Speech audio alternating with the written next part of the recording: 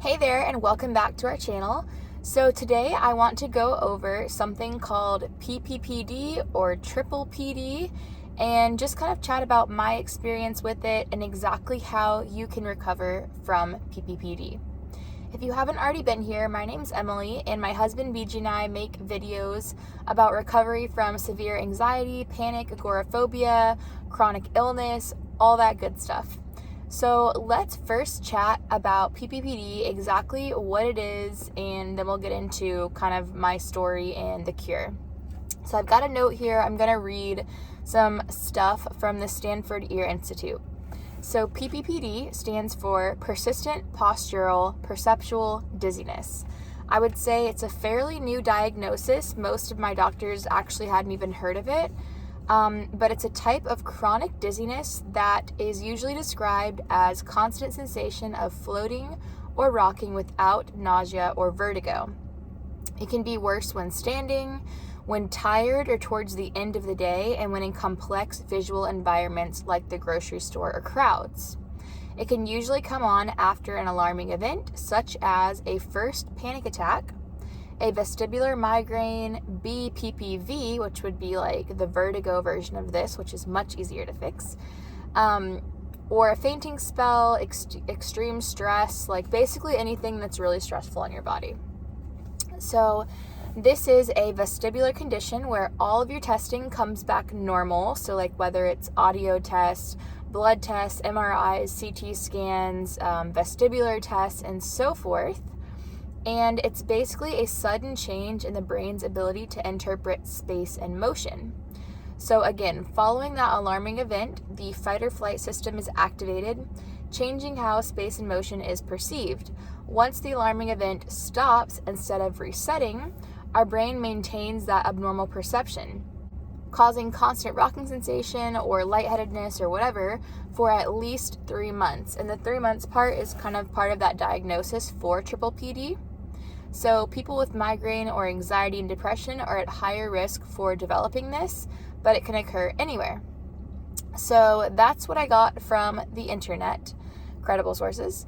And as far as treatment goes, they say that it's aimed at helping people kind of helping the brain reestablish a better sense of perception and balance. And treatments can include SSRIs, that's kind of the first line of treatment, along with vestibular rehab and CBT, so cognitive behavioral therapy. Now, my story. When it comes to this, so long story short, you can see more on my channel, but I had a surgery December of 2021, December 8th. I'll never forget that day. And before that, I had never dealt with panic attacks or anything like that. Woke up from the surgery, had DPDR, which is kind of like derealization, felt like everything didn't look right, didn't look real, just felt like super off, felt honestly like stoned is the best way to put it. Had a ton of anxiety symptoms, which at the time I definitely did not believe or call anxiety for sure. But heart palps, like kind of nausea, hot flashes, panic attacks, tinnitus, pretty much every other anxiety symptom in the book I had, insomnia, I could list symptoms all day. But one of my symptoms was this feeling like I was going to pass out 24/7. Felt super lightheaded, felt like not there. I had headaches, I had a lot of head pressure.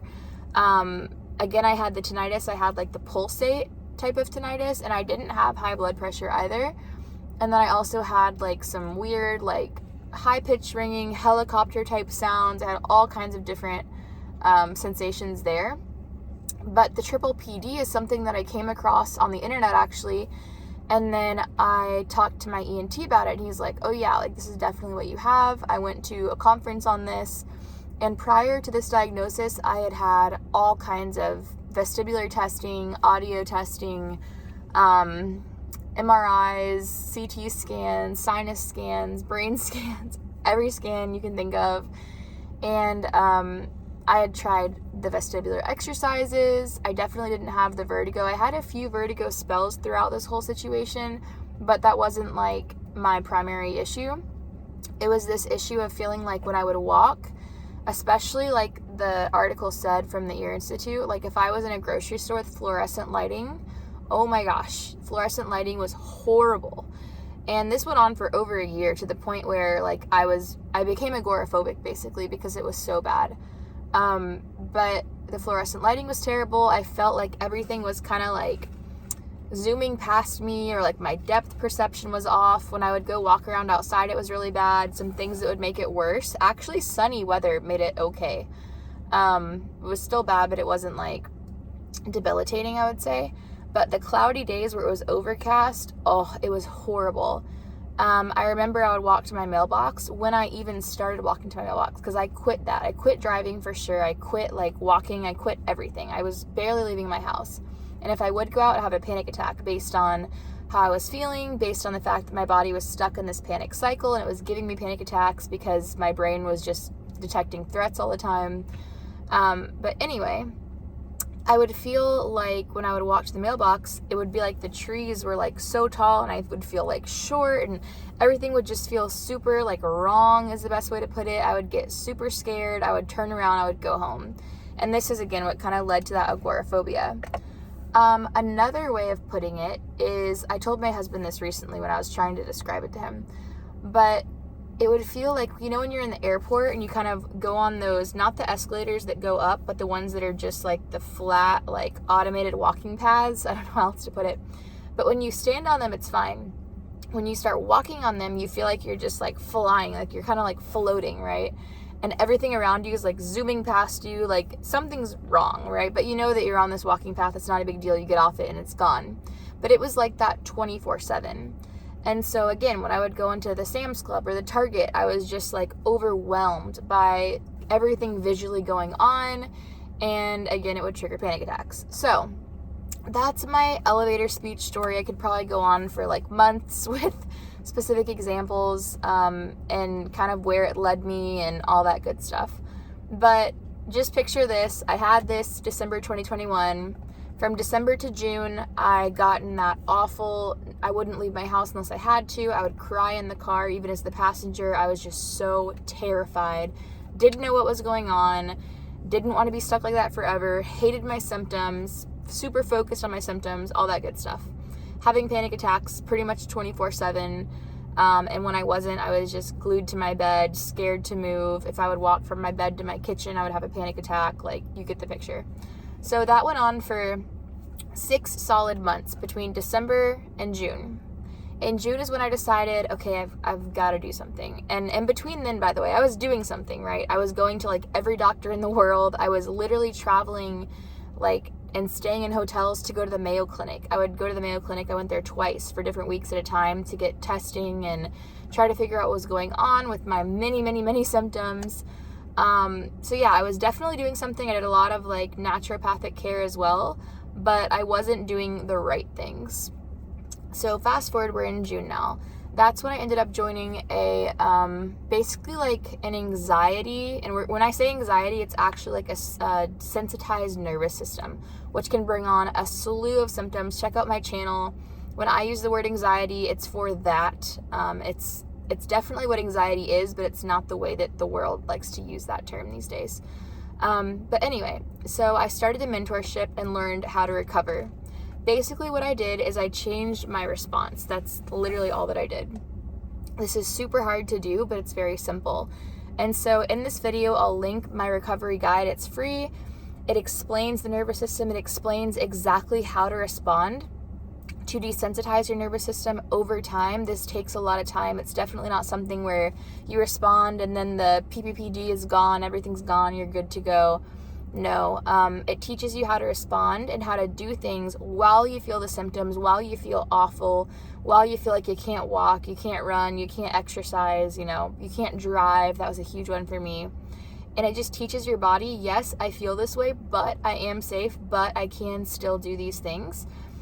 So again, guides linked in this video, responses linked in this video, definitely check that out. So that's what helped me recover, and it took quite some time. I would say even when I started in June, so, 6 months after that, so like December again, I was still really struggling with symptoms, but my life was far less limited.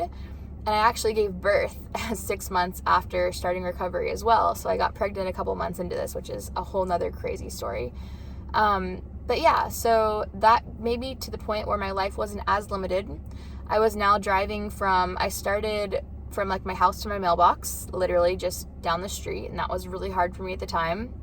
And then I progressed to like some back roads, and then I progressed to driving over like bridges into different towns nearby, and then eventually all the way on the interstate driving for hours. And this is with symptoms. That's the important part. I wasn't driving and it was like, oh, it's becoming easier and easier and my triple PD is gone and all my symptoms are gone, so now I can drive. I was driving while having panic attacks, while having massive symptoms, and I was responding to show myself like, okay, this is just all part of the process of desensitizing my nervous system, of lowering those adrenaline levels and things like that in my body. And I know that I'm now on the path to recovery. My leg's in the cast. The anxiety is the broken leg. The cast is the response. And I just have to be patient and consistent and teach myself, teach my brain, literally teach my subconscious that I am safe. And over time, it will kind of dissipate. So anyway, practically, if you're in this position, the best way to start, I would say, if you want to take SSRIs, you can. Personally, they did not help me very much, if at all. I ended up recovering drug-free after trying so many drugs. But I would say, yeah, talk to your doctor, do that if you want. But the biggest thing is going to be response, whether you use SSRIs or not. Response is going to be that key to recovery. So if you do use the drugs, use them as a tool to kind of help you take the edge off, help you respond. And then just focus on response. That's, again, I can say it a million times, that's like the biggest thing here. But if you're in a place right now where you're having like massive panic attacks or whatever, your life is severely limited, definitely download that guide, start working on that. We've got a private Facebook group that you can join. I would love to have you in there and help you.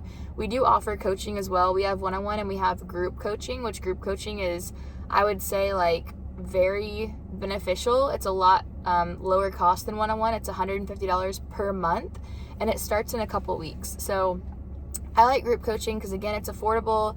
You get one group call per week plus another private platform that's not Facebook to kind of ask questions and have that community. And I would say for me, when I joined something similar, the community aspect was massive for me because it helped me. Like, yes, I was hearing it, I was going through it myself, but I was also watching people alongside of me recover. Because what happens is we get stuck in these other groups or Reddit pages or whatever where we just see everybody who's not recovered, right? People that have never found the key to recovery, haven't been consistent, and they're like, I've had this for 25 years. And you're like, great, like there's no way out of this. I'm going to be stuck in this hell, living hell basically forever. So I just want to assure you that recovery is out there, whether you can afford coaching or not.